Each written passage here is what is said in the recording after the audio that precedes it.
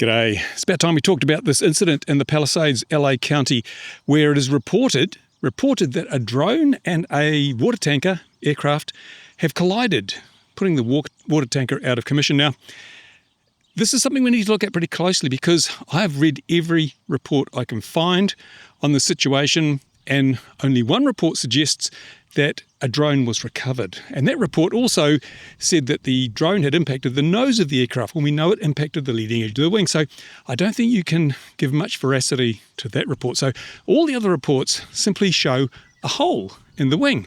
No sign of any recovered wreckage of a drone. So we have to be careful we don't buy into this current drone narrative where drones are responsible for everything. Now, this could well have been a drone. Looking at the impact, you can imagine where a drone could have hit that. There's possibly where you can see the motors might have made little dents towards the edge of the hole, but until we have evidence, we shouldn't be jumping onto the vilified drones bandwagon, because I've done some research, and here's a piece of footage I uncovered of a jet water tanker fighting a fire. And after this very impressive run, that aircraft suffered damage to the leading edge of the wing. Now, whether that was because it actually struck a tree, or as happens in some of these wildfires, you get these little sort of fire tornadoes that can pick up branches and sticks and hurl stuff into the air to quite high altitudes, 100 meters or more. That's, 300 feet or higher. They can pick up branches and sticks and throw them into the air. So there is a possibility that the hole in the wing wasn't made by a drone at all. So we must bear that in mind. Until we have the proof, the evidence, we shouldn't just say it was a drone, because we have no evidence to say that it was a drone. We've just got a hole in a wing. It could have been a bird. Goodness knows what it could have been. Now, the problem is that recently drones have got some bad press. We had the New Jersey, New York situation where mysterious drones were flying at all hours of the night over those areas. Turned out to be just passenger aircraft. But you'll notice that none of the three-letter agencies, the FAA, the FBI, none of them went straight out and said, no, look, this is not alien aircraft, it's not Chinese drones. We don't know what it is, they said. We don't know what these drones are.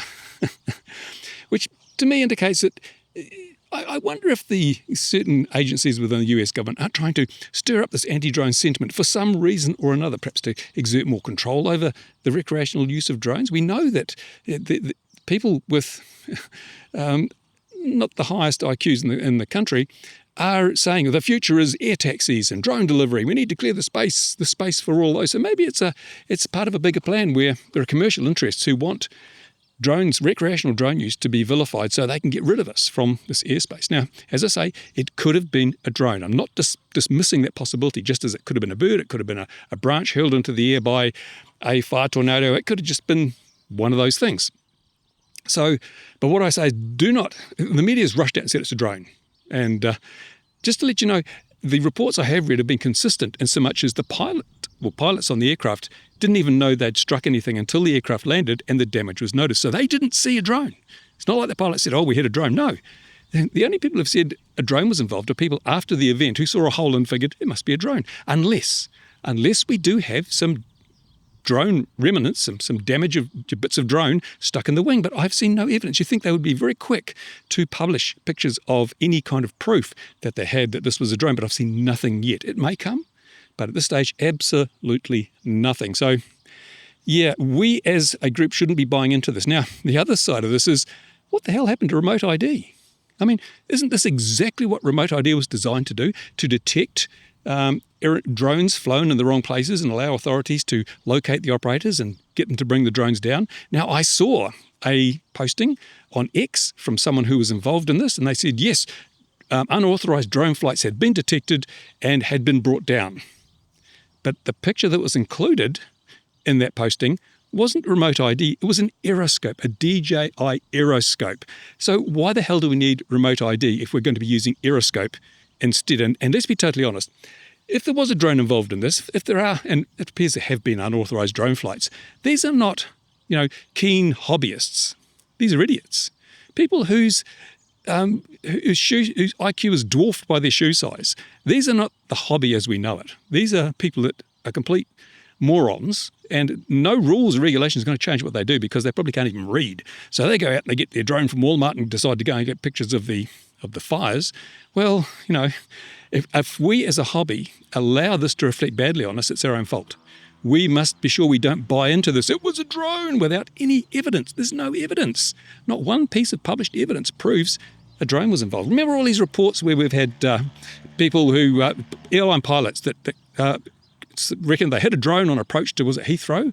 Turned out to be a shopping bag. I mean, yeah, everyone's quick to blame drones because it's the easy answer, but it's not perhaps the accurate answer. So at this stage, I'd say we need to reserve our view on this until we get that evidence. And I'm hoping it'll come soon. And if it is a drone, well, let me be the first one to line up and deal to the person or persons that were flying drones in this area. But again, if we look at the bright side of things, if there is a bright side to this, if that was a drone, then the amount of damage was pretty damn minimal. There was no injuries. It wasn't structurally, it didn't damage the structure of the aircraft. It's going to be flying tomorrow again, they reckon. They'll probably just put a patch over it, maybe some of that aeroplane duct tape stuff, and it'll be away again. It wasn't a structurally significant piece of damage. So again, it proves that small, lightweight consumer drones are intrinsically quite safe. And of course, the other side will come out and say, oh, it could have gone through the windscreen, killed the pilot. Yeah, it could have, but so could a bird. And we've got to remember, we cannot eliminate risk. We cannot pass rules and regulations assuming that every person with a drone is going to try and bring down an aircraft, because it doesn't work that way. I mean, we've got much bigger problems. How many people died when an airliner crashed into a dirt berm in South Korea? Because somebody wasn't paying attention to the fact that you shouldn't build large walls of earth at the end of runways. We've got much bigger problems in aviation than recreational drones putting dents in the leading edge of water tankers. Not that I'm saying that's a good thing. It must be stopped. We must not have this.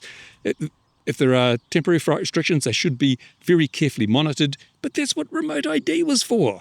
Yet it's been completely ignored. Remote ID is a complete fiasco. It is a joke. It must be such a huge embarrassment to the three-letter agencies that promoted it.